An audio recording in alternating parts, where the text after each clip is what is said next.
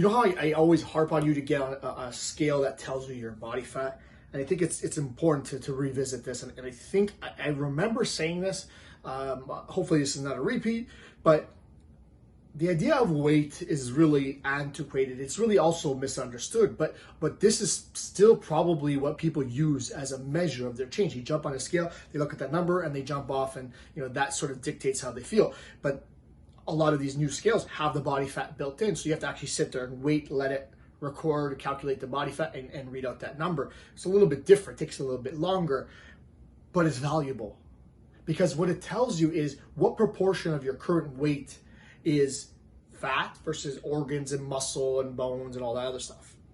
Why is that important? Because it's possible that you don't change your weight at all. And some of you have already experienced, like there's weeks where your weight doesn't change, but let's say your clothes starts to feel better, you see some visual differences, and you're like, I'm seeing some changes, but it's not showing up on the scale.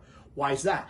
Is because perhaps your body fat went down. So it went from 25% of your weight is fat, now down to 22, 23% of your weight is fat.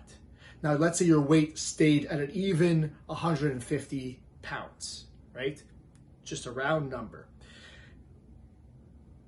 The proportion of fat has come down even though the weight hasn't changed. So this is why muscle is a little bit more dense than fat, so it takes up less space, more compact. Your pants don't feel as tight.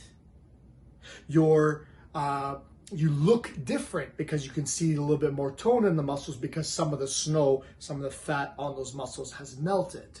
So you've seen some change, but the number on the scale hasn't changed because that, again, is an antiquated number. Your scale weight is really the amount of gravity times the mass that you weigh. So the amount of total matter that makes up your body can change. Sorry, that does change with these changes that we're doing, but I can keep you the exact same matter, put you on the moon and you would weigh less. Put you on a larger planet like Jupiter and you would weigh more than you did on Earth. Why is that? Because it's mass times the acceleration down to the ground. Your weight is the amount of gravity pulling on your matter. So why is that important? I can literally make you weigh less by putting you on the moon. Now, it would cost a lot of money, and it wouldn't really get anywhere except to prove to you that you would weigh less. And congratulations, you didn't have to do anything. This is why this number is just so ambiguous. It's I wouldn't say it's arbitrary, but it doesn't tell you enough, right? This is why I want you to get on that scale and see if your body fat changes, because it's possible for your weight not to move much, but your body fat might. And vice versa, you might not change your weight. Let's say you've been off working out for a month, right? And your weight stays steady at 150, but your body fat's coming up. You can see the visual difference. Your clothes don't fit as much, but that number on the scale hasn't changed. Why is that? Again, you're no longer using muscle, so your body's burning muscle and it's storing new energy as fat.